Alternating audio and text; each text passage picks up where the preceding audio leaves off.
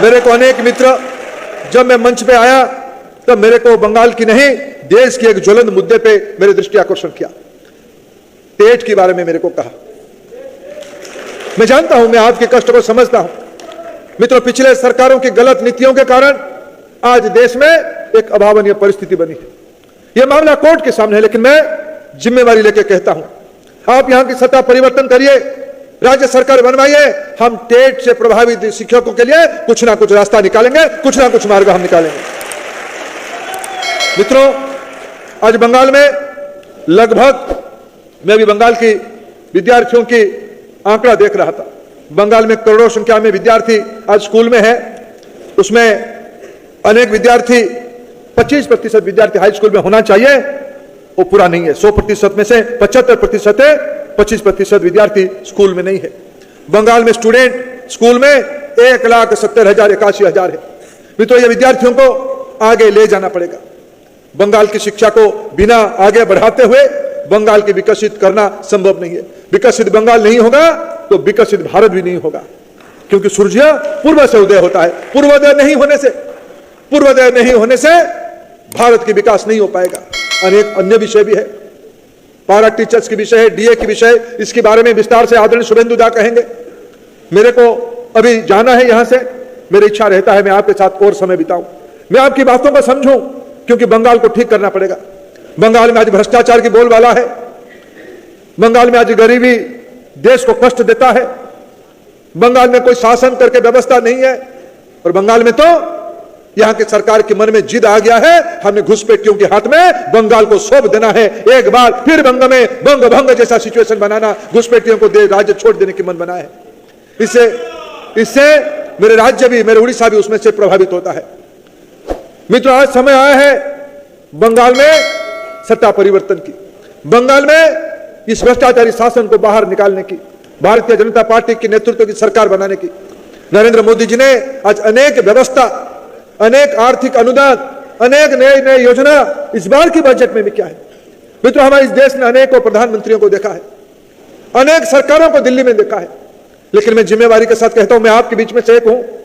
मैं पड़ोसी उड़ीसा का ही व्यक्ति हूं। हम उड़ीसा, बंगाल, बिहार सब एक जैसे हैं। झारखंड हमारी प्रांत का हिस्सा है, नॉर्थ ईस्ट हमारी हिस्सा है।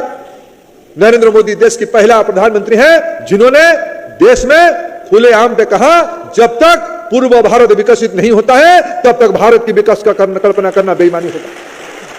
इसलिए लगातार दो बार से बीते साल की बजट में भी और इस साल की बजट में भी पूर्वोदय की उल्लेख किया गया है। और मैं मानता हूं पूर्वोदय की राजधानी और कहीं नहीं है, यह महान कलकत्ता ही है। कलकत्ता से ही पूर्वोदय का पहला किरण आने वाला है। लेकिन मित्रों, ताली मारने से नहीं होगा, भाषण से खुश होने से नहीं होगा।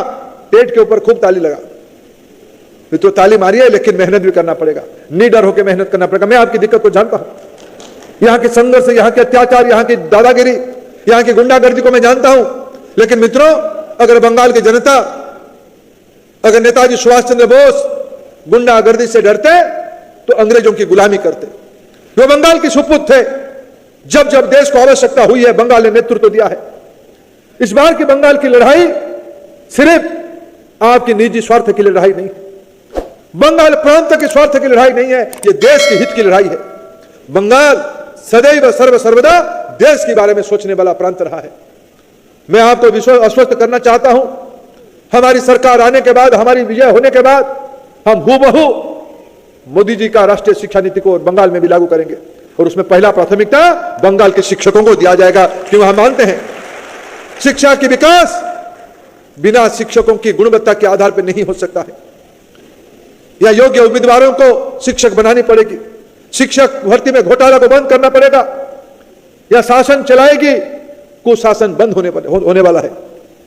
मित्रों, आज तो ममता जी की बजट विद्यार्थियों के लिए नहीं लगता है, शिक्षकों की आवश्यकता को पूरा करने के लिए नहीं लगता है, उनकी बजट तुष्टीकरण के लिए लगता है, मदरसा शिक्षा के लिए लगता है, घुसपैठियों की सुविधा के लिए लगता है। आपकी दायित्व बनता है इस विषम परिस्थिति में निडर होके आपके मुद्दे के साथ साथ प्रदेश के मुद्दे को भी सर्वोपरि बना के आप इस बार इस कुशासन को, जमीन से उखाड़ फेंकोगे। इसी अपेक्षा और आशा के साथ मैं आप सबको शुभेच्छा देता हूं। मेरे को अच्छा होता मैं शुभेंदु दा का भाषण भी सुनता, लेकिन मेरे को जाने का व्यवस्था है। मैं आपका अनुमति चाहता हूं, फिर एक बार आपको आश्वस्त करता हूं, मोदी जी की सरकार बंगाल की सर्वांगीण विकास के लिए आपके साथ खड़े हैं। आप आगे बढ़िए, देश आपके साथ है। भारत माता की।